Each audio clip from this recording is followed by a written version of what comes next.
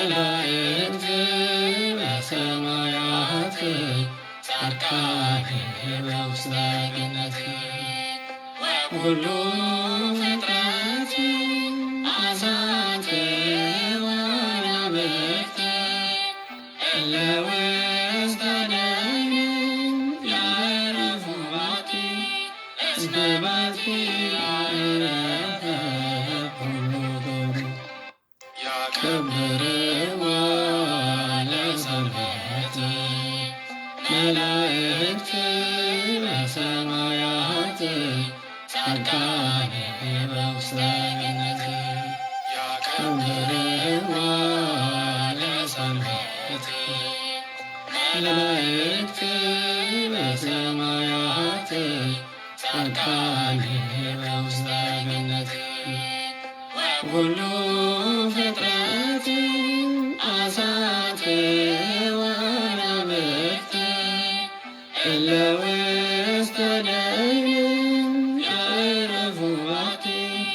እስመ ባቲ አዕረፈ ኩሉ ግብሩ። በስመ አብ ወወልድ ወመንፈስ ቅዱስ አሐዱ አምላክ። መጀመሪያ በክርስቶስ ክርስቲያን ብወልድ ወልዳን ብመንፈስ ቅዱስ ድማ መንፈሳውያን ዝተሰመኹም ናይ እግዚአብሔር ቤተሰብ ከመይ ቀኒኹም ድሓን ቀኒኹም ከመይ ኣለኹም? መቸም በተን ኩሉ ግዜ ምስጋና እግዚአብሔር ዝለመዳ ክናፍርኩምን ኣፍኩምን ነቲ ሰማይን ምድርን ዝርአን ዘይርአን ኩሉ ዝፈጠረ ልዑለ ባህሪ እግዚአብሔር ኣምላኽና ተመስገን እግዚአብሔር ኢልኩም ምስጋናኹም ከም ተቕርብሉ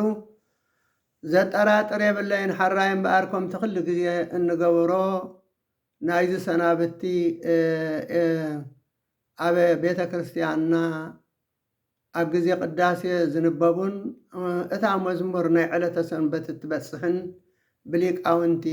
ዝሰደልኩም ዘለኹም ከምቲ ናይ ኩሉ ግዜ ሎሚ ከዓ መዝሙር 64 ካብ መስከረም ጅምር ማለት 64 መዝሙር በፂሕሎም ካብ እርገት ከዓ 7ይ መዝሙር እዩ። ሓራይ በክልኤቱ ይብል ብክልተ ሃልየታ ማለት እዩ። እቲ መዝሙር ሊቃውንቲ ብፀናፅል ብኸበሮ ብሸብሸቦ ብኩሉ ዓይነት እንዳገበሩ ብዜማ ዘብፅሕዎ ብንባብ ብትርጉምን ብግእዝን ከንብበልኩም እየ ብግእዝን ብትግርኛን ንኣይ ተዛራበ ልሳን ንኣኻትኩም ከዓ ሰማዕ እዝኒ ክህበኩም እግዚአብሔር ኣምላክ ቅዱስ ፍቓድ ይኹን። ሓራይ እምበኣር ኩሉ ክፈልጥ ከም ዘለዋ ሓደረኹም ሸር በልዎ። ሸር ኣይትብልዎን ዘለኹም ላይ ግበሩ፣ ሸር ግበሩ፣ ኣዕብይዎን እዚ ምክንያቱ ሰብ ክሰምዖ ሰብ ክፈልጦ እንተኮይኑሲ ሸር እንተበልካዮ ላይክ እንተገበርካ እምበር ንባዕልካ ሰሚዕካ ጥራይ ስቁ ምባል ፅቡቅ ኣይኮነን። ዋላስ እዚ ዝሰዶ ዘለኹ ደስ ኣይበለኩምን ዘለኹ ኣይዓገብኩምን ዘለኹም ማለት እዩ። ዋነ ከምኡ ኮይኑ ይስማዓኒ እንድሕሪ ደኣ ማለት ፅቡቅ ዘይኮነ ኮይኑ ፅቡቅ ኢሉ ዘብል ደስ ኢሉና እንተዘይልካሲ ዋ እዚ ሲ ተስፋ ትሰውን መስኡ ዝገብር ዘለኹ እምበር ሰብ ኣይተቐበሎን ዘሎ ኢሉ ተስፋ ይቆርፅ ክገድፎ እውን ይደልዩ። ምክንያቱ ብውልቂ ደው ኢልኩም ተዛርቡን ኢኹም ፅቡቅ ኢኹም ቀፅሎ ትብሉን ኢኹም። ግን ኣብዚ ሰብ ክሪኦ እንድሕር ኮይኑ ላይክ ክትገብርዎ ኣለኩም፣ ሸር ክትገብርዎ ኣለኩም። ሳብስክራይብ ከኣቶም ዘይገበርኩ ብቐጥታ ክበፅሐኩም ሳብስክራይብ ግበሩ። ብቐጥታ እቲ ዝልእኮ ዘለኹም እንቲ ክበፅሐኩም። ሓራይ እምበኣር ናብቲ መደበይ ከኣቱ በክልኤቱ ሃልየታ ማለት እዩ። ክልተ ግዜ ሃልየ ትብል በቀዳሚ ገብረ እግዚአብሔር ሰማይ ወምድረ ወኩሎ ፈፂሙ ኣይረፈ በሰንበት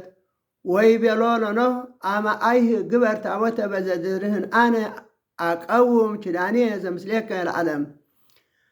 ከመ ዳግመ ለምድሪ ኢያማስና ለኣይህ ከመ ኣሃባ ለምድሪ ሳይረ ሓመልማለ ክረምተ ወሃጋየ ዘርአ ወማዕረረ ዝቼ ውእቱ ጸጋሁ ለእግዚአብሔር በአማን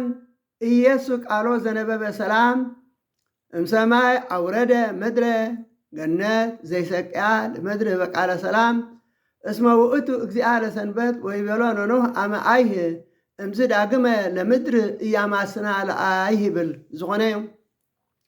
እቲ መፅሓፍቲ ከምቲ ዝገለፅናልኩም ኩሉ ኣብዚ ሕጂ ዘለና እዋን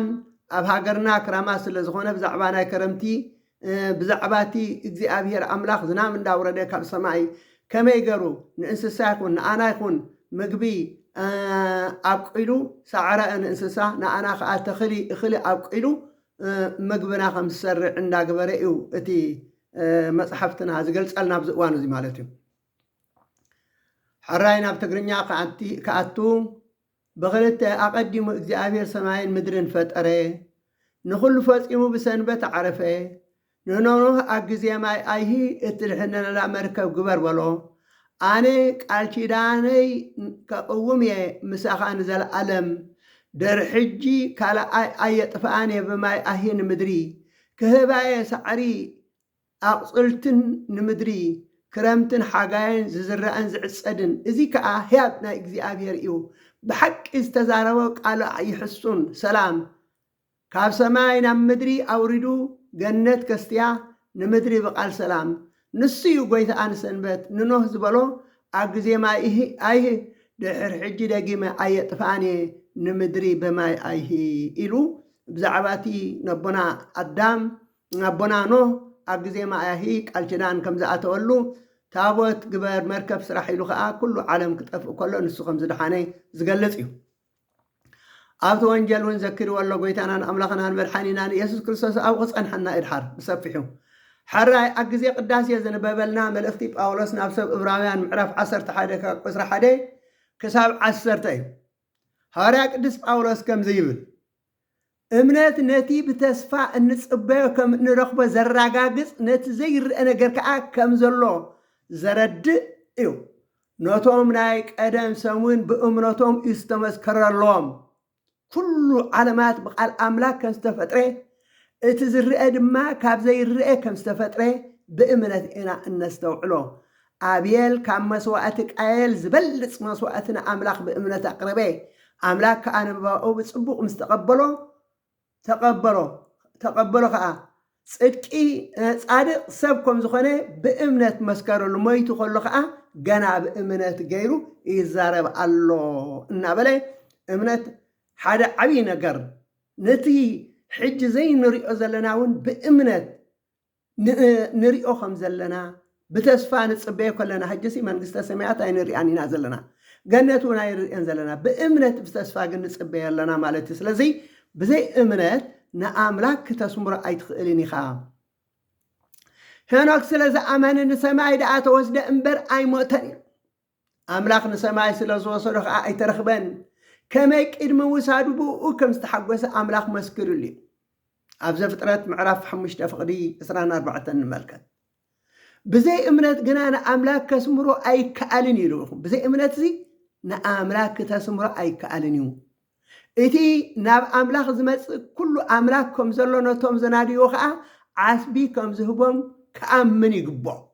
ኖ ብዛዕባ እቲ ገና ዘይተረኣየ ነገራት እግዚኣብሔር ምስ ገለጸሉ ብፍርሓት እግዚኣብሔር ተደሪኹ ስድሩ እትሕነላ መርከብ ብእምነት ሰርሐ በዚ ካነ ዓለም ኮነና ነታ ብእምነት እትርከብ ጽድቂ ከዓ ወረሳ ይብል። ዘፍጥረት ምዕራፍ 7 ፍቕዲ 1 ንመልከት ኣብርሃም ምስ ተፀውዐ ብእምነት ተኣዘዘ ናበይ ከም ዝኸይድ ከይፈለጥ ከዓ ናብቲ ርስቲ ክቕበለሉ ዝነበሮ ሃገር ከደ ነታ ኣምላኽ ዝሃናፂኣን ሰራሕዓን መሰረት ዘለዋ ከተማ ይፅበ ስለ ዝነበረ ድማ ብእምነት ኣብታ ምድሪ ተስፋ ከም ኣብ ምድሪ ጓና ኮይኑ ተቐመጠ። ከምቶም ናይዛ ተስፋ እዚኣ መዋርስቱ ዝኾኑ ይስሐቅን ያዕቆብን ከዓ ኣብ ድኳን ይነብር ነበረ። ዘፍጥረት ምዕራፍ 12 ፍቕዲ 1 4 8 ከምኡውን ምዕራፍ 13 ፍቕዲ 18 ኣብ ዘፍጥረት ብሰፊሑ ክንረኽቦ ንኽእል ኢና ኣብኡ ንረኣዮ። እዞም ቅዱሳን ኣቦታትና ኣቤልን ሄኖክን ኖህን ኣብርሃምን እናተዘከሩ ዝነብሩ ዘለው ኣብ ኣምለኾም ዝነበሮም እምነትን ተስፋን ሙሉኣት ኣዝዮም ጽኑዓትን ቅዱሳን ስለ ዝነበሩ እዮም። ጸሎቶምን በረኸቶምን ምሕረት ኣምላኾምን ምስ ኩልና ይኹን ኣሜን። ካልኣይ ዝንበበልና መልእኽቲ ጴጥሮስ ምዕራፍ 2 ካብ ቁፅሪ 1 ክሳብ 9 እዩ። ግና ከምቲ ሓሰውቲ ነቢያት ኣብ ማእከል ህዝቢ እግዚኣብሔር ተሲኦም ዝነበሩ ኣብ ማእከል ኩን ሓሰውቲ መምህራን ክትስኦም ይብል። ምክንያቱ እስራኤላውያን ክወፁ ከለዉ ወይ ብድሕሪኡ ከዓ ቅድሚ ጎይታናን ኣምላኽናን መድሓኒና ዝነበሩ በብግዜኡ ሓሰውቲ መታለልቲ መጋገይቲ ይመፁ ነሮም እዮም ኢሉ ነቲ ህዝቢ እግዚኣብሔር ከዓ የስሕትዎ የታልልዎ ነሮም እዮም ስለዚ ከምኡ ከዓ ኣብ ማእከልኩም ሓሰውቲ መምሃራን ክትስኦም ይብል ሪኢኹም ወብሓቂ ሓሰውቲ መምሃራን መታለልቲ መምሃራን መጋገይቲ መምሃርያን መዕሸውቲ መምሃራን ህዝቢ ዘተዓሻሽው ህዝቢ ዘጋጊዩ በዚሖም ኣለዉ እዚ ዓለም እዚ ትንቢት እዚ ግድን ይኽፍፀም ባዕሉ ጎይታናን ኣምላኽናን መድሓኒናን ኢየሱስ ክርስቶስ ኣብቲ ዳሕራይ ግዜ ብዙሓት ሓሰውቲ ብዙሓት መታለልቲ ብዙሓት መጋገይቲ ክመፅኦም ዝበሎ ቃሉ ወይ ቃል ናይ ቅዱሳን ኣይልወጥን ኢኹ መፅኦም ከዓ እንህውለ የታልልዋን ዓለም ንሳቶም ኢሉ ብሕቡእ ጥፍኣት ዘስዕብ መናፍቕነት ከምፅኦም ብሕቡእ እቲ ዝገብርዎ ብደግኦም ክትሪኦም ከለኻ ቁኑዓት ቅዱሳት ንእግዚኣብሔር ከም ዝፈርሑ ንእግዚኣብሔር ከም ዘምልኽዎ ንእግዚኣብሔር ከም ዝኣምንዎ ኮይኖም እዮም ዝቐርቡ ኢሉ ነቲ ዝተበጀዎም ጎይታ ብምኽሓዱን ኣብ ልዕሊኦም ቅልጡፍ ጥፍኣት ከምፅኡ እዮም ብዙሓት ድማ በቲ መገዲ ርክሰቶም ክስዕዎም እዮም ብሰሮም እታ መገዲ ሓቂ ክፅረፍ እያ ኢልዋ ሪኢኹም መገዲ ሓቂ ተባሂላ ዘላ እዛ እምነት እያ እምነት ሓቂ እምነት ፅድቂ እምነት ቅድስና ክፅረፍ እያ ሕጂ እቲ ሓቀኛ እምነት ይፀርፉ ኣለዉ ይዝንፉ ኣለዉ ብዙሕ ነገር ይገብሩ ኣለዉ ክፅረፍ እታ መገዲ ሓቂ ክፅረፍ እያ ንሳቶም ስሱዓት ስለ ዝኾኑ ኢሉ ኣስተውዕሉ ንሳቶም ስሱዓት ስለ ዝኾኑ ብዘረባ እናጠበሩ መናገዲ ክገብርኹም እዮም ይብል ኣብቲ ምእተ ኤርምያስ ምዕራፍ 23 ፍቅድ 25 ግን እንታይ ይብል እዞም ነቢያት እዚኣቶም ኣነ ብሕልሚ ከም ዝተዛረብክዎን ገይሮም ብስመይ ሓሶት ይዛረቡ ከም ዘለዉ ፈሊጥ ኣለኹ ኢሉኹም ርኢኹም እግዚኣብሔር ከም ዝተዛረቡ እግዚኣብሔር ከም ዝበሎም ኮይኖም ተነቢና ተገሊጹልና እናበሊኦም ዛረቡ እዞም ነቢያት እዚኣቶም ግን በቲ ንሳቶም ዝፈጥርዎ ሓሶት ገይሮም ንህዝበይ የጋግይዎም ከጋይጉዮም ክሳዕ ማእስዮም ሪኢኹም በቲ ንሳቶም ዝዛረቦ ሓሶት ገይሮም ንህዝቢ የታልሉ ንህዝቢ የጋግይሎ ክሳዕ ማእስዮም ግን ከምዚ ገይሮም ከጋግይዎም ክነብሩ እዩ ዝብል ዘሎ እግዚኣብሔር ኣምላኽ ነቶም ትንቢት እናተሳረቁ እዚ ቃል እግዚኣብሔር እዩ እናበሉ እሰብኩ ነቢያት ሓሶት ይፃራሮም ኣለኹ ኢሉ ሪኢኹም ትንቢት ሓሶት ዝንበዩ ነዚኣቶም እንታይ ይብላሎ እግዚኣብሔር ይፃራሮም ኣለኹ ነቶም ቃሎም ዓው ኣቢሎም ዝዛረቡ ነቢያት ሓሶት ይፃራሮም ኣለኹ ነቶም ሓሊምና እናበሉ ሓሶት ዝንበዩ ንህዝበይ ከዓ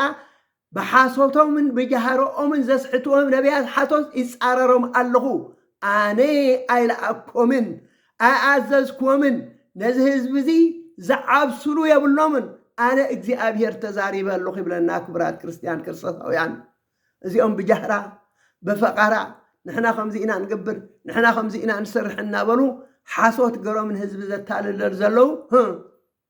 ኣነ ተዛሪበ ኣለኹ ይብለና ኣሎ እግዚኣብሔር ኣምላኽ ዝዓብስሉ የብሎምን ነዚ ህዝቢ እዚ ኣነ እግዚኣብሔር ተዛሪበ ኣለኹ ዝዓብስሉና የብሎምን እዞም ከምዚ ዝብሉ ከታሉልና ካብ ኣምላኽና ካብታ ቅንዕቲ ካብታ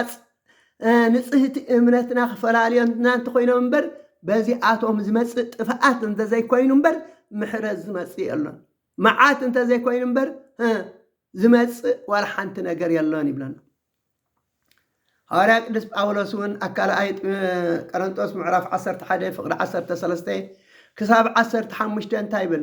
እዞም ሰባት እዚኣቶም ንገዛእ ርእሶም ናይ ክርስቶስ ሃዋርያት ከም ዝኾኑ ዘምስሉ ብምጥባር ዝዓዩ ሓሰውቲ ሃዋርያት እዮም ኢሉ ሰይጣን እኳ ንርእሱ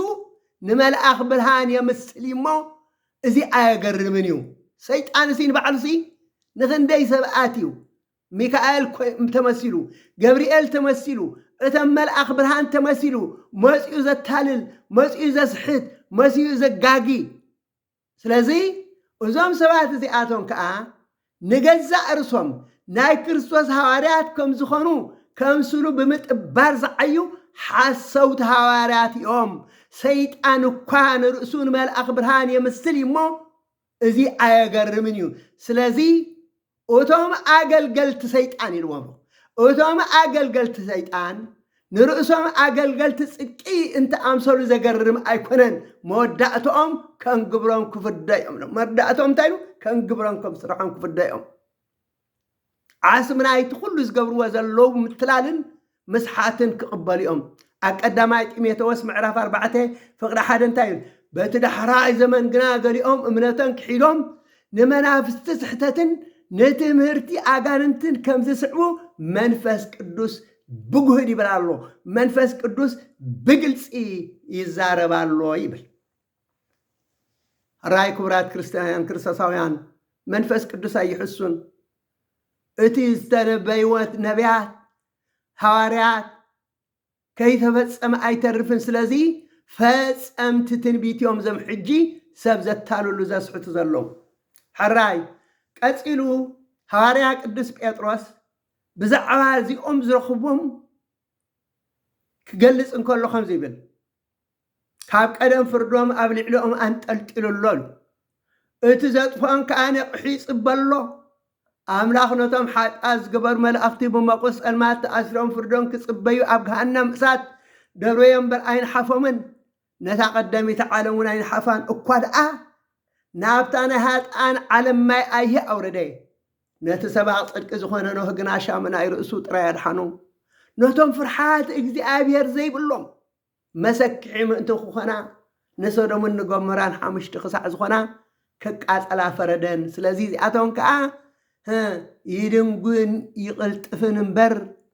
ናይዚ ዝገብርዎ ዘለው ዓስቦም ተግባሮም ክቕበልዮም ክቕጽዕዮም እዩ ዝብለና ዘሎ ቀጺሉ ነቲ ብኣወሶምን ብርኹስ ንብረቶምን ዘስካሕክሕ ዝነበረ ጻድቕ ሎጥ ግና ኣድሓኖ እቲ ጻድቕ መዓልቲ ኣብ ማእከሎም ክነብር ከሎ በቲ ዝሪኦን ሰምዖ ዝነበረ ግብሪ ዓመፆም እታ ጻድቕ ነፍሱ ትስቀ ነበረት ጎይታ ከዓ ነቶም ፍርሓት እግዚኣብሔር ዘለዎም ካብ ፈተና ከመይ ገይሩ ከም ዘድሕኖም ንገበርቲ ዓመፃ ድማ እናቐፅዐ ከመይ ገይሩ ክሳዕ መዓልቲ ፍርዲ ከም ዘፅንሖም ይፈልጥ ይብለና ወይ ነቶም ፍርሓት እግዚኣብሔር ዘለዎ የድሕኖም ነቶም ዓመፅቲ ነቶም ሓሰውቲ ነቶም ማታለልቲ ግን ከመይ ገይሩ ከም ዝቆፅዖም ፈልጥ ክቆፅዖም እዩ ዝብለና ዘሎ ንኣብነቱ ነቶም ጻድቃን ከመይ ገይሩ ከም ዘቆፅዖም እንተሪእና ኣብ ዘፍጥረት ምዕራፍ 19 ፍቅዲ 16 መላእኽቲ ኢዱን ኢድ ሰበይቱን ኢድ ክልቴን ደቁን ሒዞም ካብ ከተማ ሰዶም ኣውፅሆ ነብስኻ ኣድሕን ንድሕሪት ገጽካ ግልጽ ኣይትበል ኣብዚ ጎልጎል እዚ ደው ኣይትበል ከይትጠፍእ ናብቲ እምባህደም በልዎ ምክንያቱ እግዚኣብሔር ኣምላኽ ንሰዶምን ንገሞራን ካብ ሰማይ ሓዊ ኣዝኒው ከቃጽለን ናብ ሓሙኽሽቲ ክቕይረን ስለ ዝደለየ ነቲ ጻድቕ ግን ከመይ ገይሩ ከም ዘውፅኦ መላእኽቲ ኢዱን ኢድ ሰበይቱን ኢድ ክልቲኦን ደቁን ሒዞም ካብታ ከተማ ካብ ሶዶም ካብታ ክትቃጸል ዝተፈረደት ኣውፅኦም ክድህደም ነብስኻ ኣውፅእ ንድሕሪት ገጽካ ግልጽ ኣይትበል ናብቲ እምባህደም እዚኣ ክትቃጸል ከላኻ ይትልከም ኢሎም ኣውፅኦሞ ስለዚ ነቶም ገበርቲ ክፉእ ከመይ ገይሩ ከም ዝቆፅዖም ነቶም ጻድቃን ከዓ ከመይ ከም ዝገሩ ከም ዘውፅኦም ይፈልጥ እግዚኣብሔር ሕራይ ቀፂሉ ዝንበበልና ግብረ ሐዋርያት ምዕራፍ 17 ካብ ቁፅሪ 21 ክሳዕ ፍጻሜ እዩ ኩሎም ሰብኣቴና ኣብኣ ዝነብሩ ጓኖት ድማ ብሓድሽ ነገር ምዝራብ ምስማዕ እንተዘይኮይኑ ካልእሲ ግዜ ኣይነበሮምን ሽዑ ጳውሎስ ኣብቲ ማእከል አርዮስፋጎስ ደው ኢሉ ከምዚ ይበለ ኣቱም ሰብኣቴና ብኩሉ ነገርኩም ብሃይማኖትኩም ትግደሱ ይርኢ ኣለኹ እናዘርኩ እቲ እተምልኾ ጣዖታትኩም ክርኢ ከለኹ ንዘይተፈልጠ ኣምላኽ ዝብል ተጻሕፈ መሰውኢ ይረኸብኩ እምበኣርሲ ብዛዕባ እዚ ከይፈለጥኩሞ እተምልኾ ዘለኹም ኣምላኽ የበስረኩም ኣለኹ ኢሎ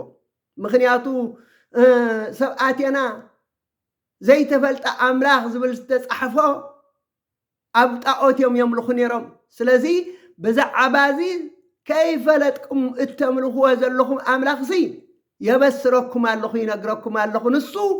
እቲ ዓለምን ኣብኣ ዘሎ ዝገበረ ኣምላኽ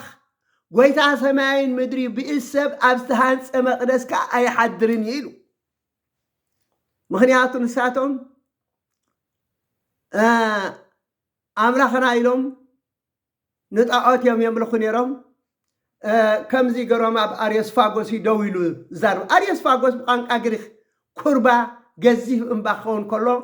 ካልኣይ ከዓ ኩርባ ኣምላክ ኩናት ይበሃል እዩ እቲ ኣብዚ ዝእከብ ዝነበረ ላዕለዋይ ቤት ፍርድን ባይቶም መሳፍንቲ ግሪክን ድማ ኣርዮስፋጎስ ይበሃል ነበረ ኣርዮስፋጎስ ኣምልኾ ጣዖት ዝፍፀመሉን መስዋዕቲ ንጣዖታት ዝዓርገሉን እምባ እዩ ነይሩ ኣብዚ እምባ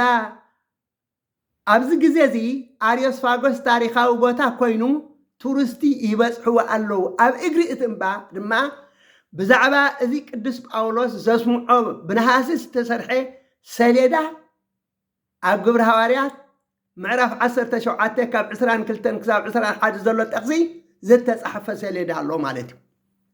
ስለዚ እዚ ኣርዮስፋጎስ ኣብ ግሪክ ኮይኑ ኣብ ከተማ ኣቴና ዝርከብ ቦታ እዩ ቀፂል ሃዋርያ ቅዱስ ጳውሎስ ከምዚ ኢሉ ንሱ ህይወትን እስትንፋስን ዘድሊ ኩሉ ነገራትን ንኩሉ ሰብ ዝህብ ስለ ዝኾነ ዝጎድሎ ነገር የብሉን ብኢድ ሰብ ኣይግልገልን እዩ ንሱ ካብ ሓደ ሰብ ኩሉ ዓለት ሰብ ፈጥረ ኣብ ርእሲ ኩላ ምድሪ ከም ዝነብሩ ከዓ ድማ ገበረ ዝነብሩሉ ውሱን ዘመናትን ዱብ ደበራታትን ሓገገሎም እዚ ከዓ ካብ ነብሱ ወከፍ ከይረሓቆ ቅሎስ ንኣምላኽ ምእንቲ ክደልዮ ምናልባሽ ሓሰስ ኢሎም ምእንቲ ክረኽቦ ኢሉ ገበሮ ምክንያቱ ገሊኦም ካብቶም ተቐነይትኹም ንሕና ደቂ ኣምላኽ ኢና ከም ዝብልዎ ብኢና ንነብርን እንዋሳወስን ብኢና ከዓ ዘሎና እምበር በኣርከስ ደቂ ኣምላኽ ካብ ኮናስ ኣምላኽ ነቲ ብናይ ሰብ ብልሓት ሓሳብን ዝተገብረ ቅርፂ ወርቂ ወይ ብሩር ወይ እምኒ ከም ዝመስል ገርና ከነሓስቦ ኣይግባኣናን እዩ እናበለ ይመክሮምን ይምዕዶምን ኣምላኽ ነቲ ዘመን ቁርና ሸለል ብምባል ኣሕሊፉ ኢሉ ሕጂ ግና ኣብ ኩሉ ዓለም ንዘሎ ሰብ ክንስሖ ኣዚዙ ኣሎ በቲ ንሱስ ሸሞ ሰብኣይ ገይሩ ንዓለም ብፅድቂ ዝፈርዳላ መዓልቲ ወንወሲድ ኣሎ ነዚ ኩሉ ሰብ ዘረጋግፆ ነቲ ዘረኣዮ ሰብ ካብ ሞታት ነቲ ዝሓረዮ ሰብኣይ ካብ ሞታት ብምትስ እዩ ብዛዕባ ትንሳኤ ሙታን ምስ ሰምዑ ገሊኦም ኣላገፅሉ ምክንያቱ ሰብ ምስ ሞተ ኣይተስእን እዮም ዝብሉ ነይሮም ብዛዕባ ሰብ ሞይቱ ክትስእ ምዃኑ ምስ ገለፀሎን ገሊኦም ኣላገፅሉ እዩ ገሊኦም ከዓ እዚስ ከም ብሓድሽ ክንሰምዓካ እንደለ ኣለና በልዎም ሽዑ ጳውሎስ ካብ ማእከሎም ወፀ ገሊኦም ሰባት ከዓ ኣሚኖም ሰዓብዎ ንሳቶም ድማ ሓደ ካብቶም ናይ ኣርዮስፋጎስ ባይቶ ዲዮናስዮስ ዝበሃልን ደማሪስ እትበሃል ሰበይትን ከምኡውን ካልኦት ሰባት ምስኦም ነበሩ ይብለና ስለዚ ሃዋርያ ቅዱስ ጳውሎስ ከምዚ ገይሩ ይምህር ስለ ዝነበረ ሎሚ ግሪክ እታ ቀንዲ ኣብ እምነት ክርስትና እታ ብጣዖታት መሊኣ ዝነበረት ሎሚ ኣማኒት ክርስትና እታ ዝዓበየት እታ ዝበለፀት ኣብ ኣምልኮ እግዚኣብሔር ፍቅሪ ክርስቶስ ዘለዋ ግሪክ ምዃና ኢና ንፈልጥ ሓራይ ቀፂሉ ዝንበ ስብከት ኢና ክንቅፅል ስብከት ኣብ ግዜ ቅዳሴ መዝሙር 64 ኣብ ትግርኛ ከዓ 65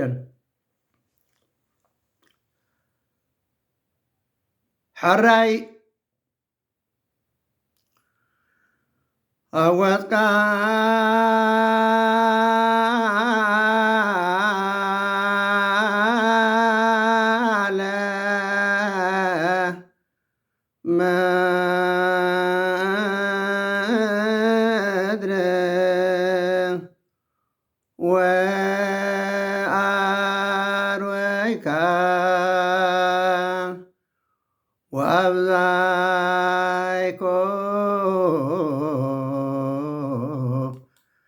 ለበላ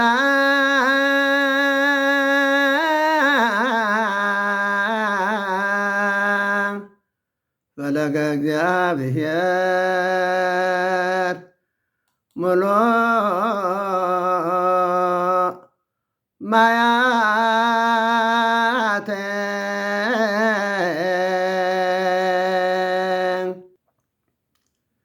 ሃወፅቃ ለምድሪ ወዓርወይካ ወአብዛይኮ ለብዕላ ፈለገ እግዚአብሔር ምሉእ መያተ ንምድሪ ተሓልየላ ዝናም ሰዲድካ ከዓ ተጽግባ ፍርያምን ሃብታምን ትገብራ ንሩባታት ብማይ ትመልኦ ንምድሪ ድማ ኣዝርእቲ ከም እተብቁል ትገብራ።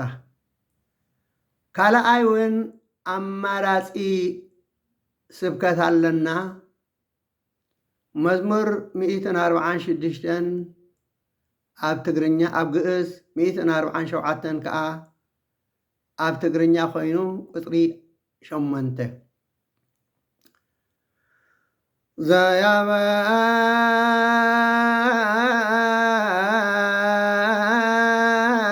ዘያበቆል ሳይረ ወሰአድባር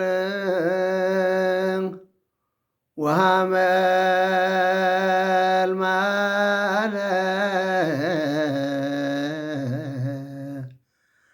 ለቅኔ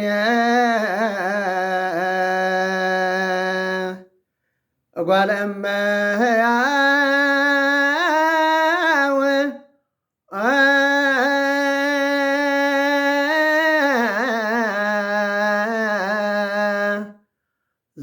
ዘየህቦሙ ሲሳዮሙ ዘየህቦሙ ሲሳዮሙ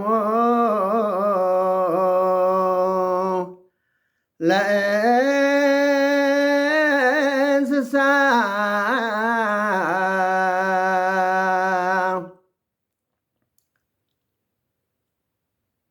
ኩሉ ዝኽእል ኣምላኽ ኣመስግንዎ።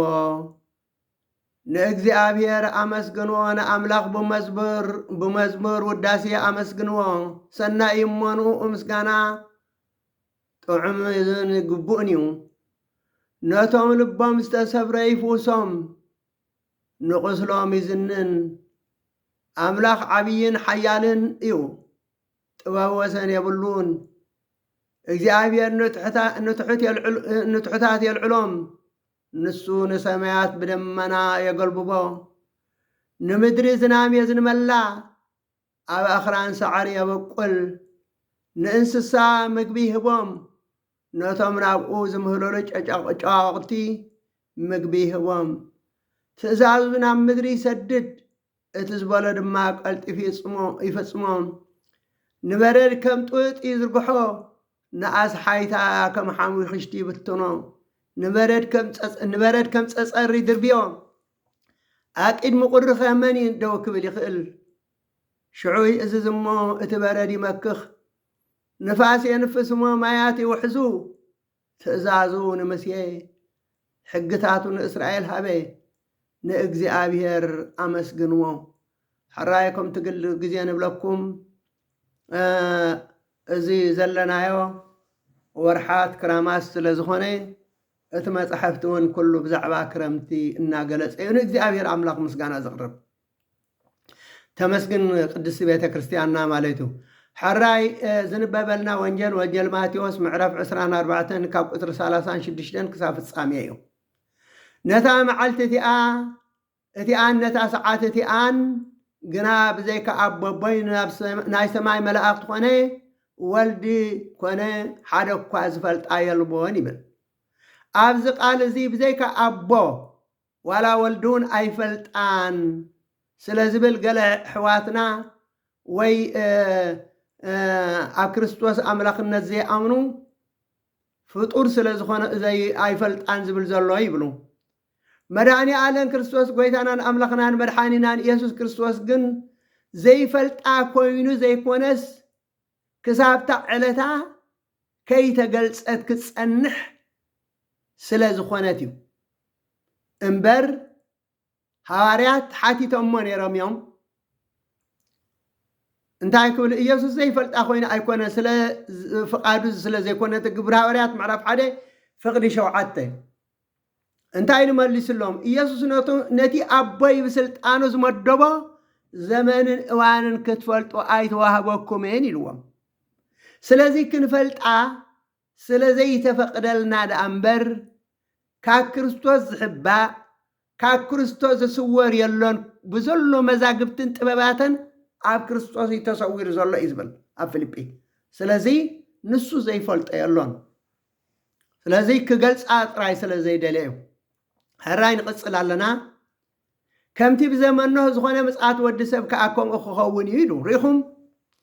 ኣስተውዕሉ ብዚ ቃል እዚ እውን ክገልጻ ከም ዘይደሊ ኣብርሂሎም እዩ ዘሎ ከምቲ ብዘመኖ ዝኾነ ምጽኣት ወዲ ሰብ ከኣኮም ክኸውን እዩ ከምቲ ብቅድሚ ማይ ኣይ ዝነበረ ቅንያት ክሳብታ ኖህ ናብ መርከብ ዝኣተወላ መዓልቲ ክበልዑን ክሰትዩን ከውስቡን ከዋስቡን ፀንሑሞ ማይ ኣይሂ መፂኡ ንኩሉ ክሳዕ ዘጥፍእ ዘይፈለጡ ምጽኣት ወዲ ሰብ ከኣከም ክኸውን ኢሉ ሪኹሞ በቃ ከመይ ኣትኸውን ክሳብታ ኖህ ናብ መርከብ ኣትዩ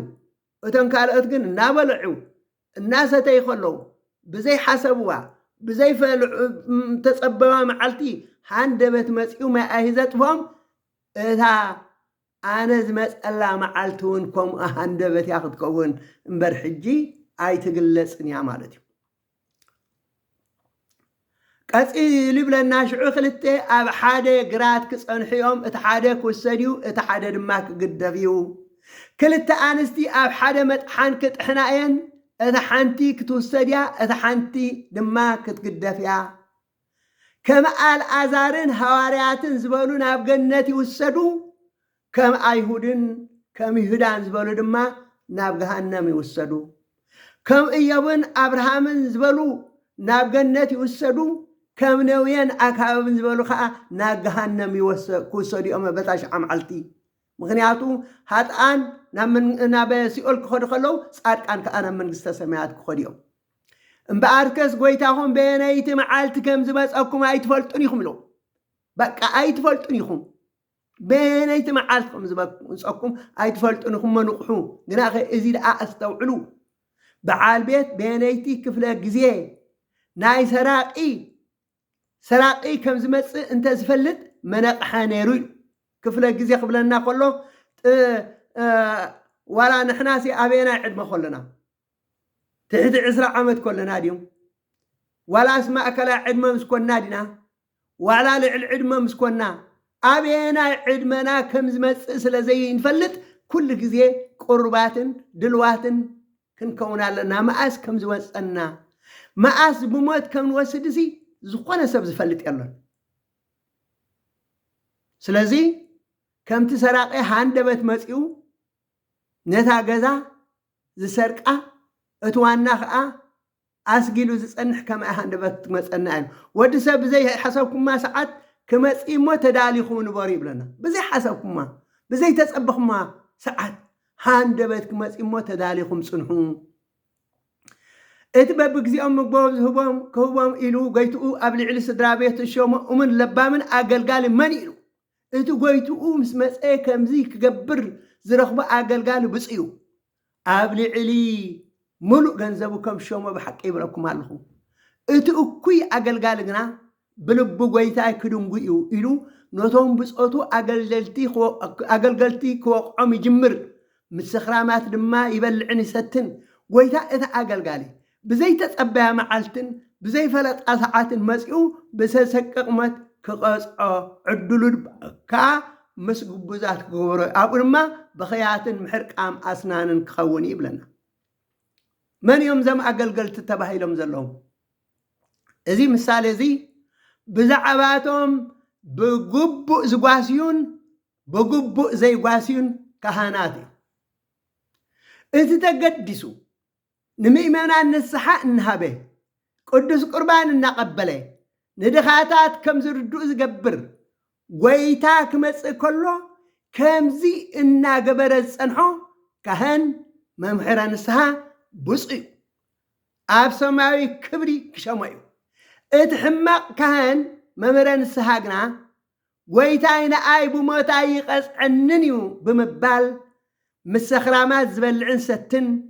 ንስሓ ምእመናን ዘይቕበል ንህዝቢ ዘየስተምህር እንተኾይኑ ግን ጎይታ ብዘይ ተፀበያ ግዜን ሰዓትን መፂኡ ነፍሱን ስጉኡን ፈላልዩ ብዘሰቅቕ ቀፂዑ ናብቲ ብኽያትን ምሕርቃም ኣስናንን ብርቱዕ ስቃይን ዘለዎ ክእትወ እዩ ክፍሉ ከዓ ምስ ሃጣን ኣብ ገሃነመ እሳት ክኸውን ይብለና ካብዚ የድሕነና እግዚአብሔር አምላኽና። ስለዚ ብዝያዳ ኣቦታት ካህናት፣ ኣሕዋት ዲያቆናት እዚ ማዕዳ ወይ ዝምኽር እዚ ንኣና ምዃኑ ፈሊጥና ተገዲሽና ኣብቲ ዝተዋሃበና ኣገልግሎት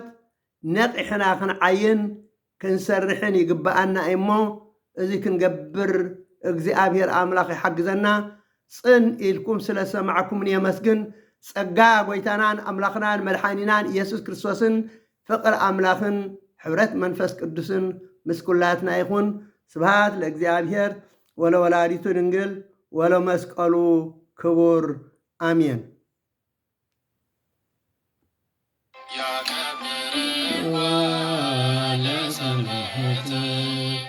መላእክት ሰማያት ጻድቃን በውስተ ገነት ገብርዋ ለሰንበት መላእክት ሰማያት ጻድቃን በውስተ ገነት ወኩሉ ፍጥረት አሳት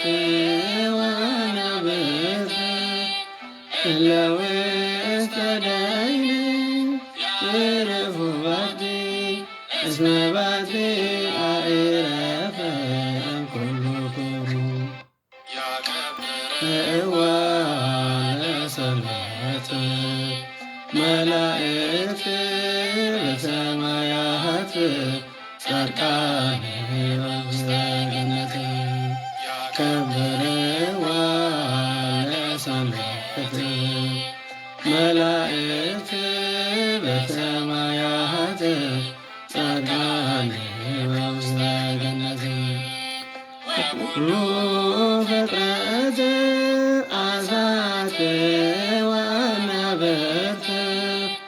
እለ ውስተ ደይን ይርፉ ባቲ እስመ ባቲ አእረፈ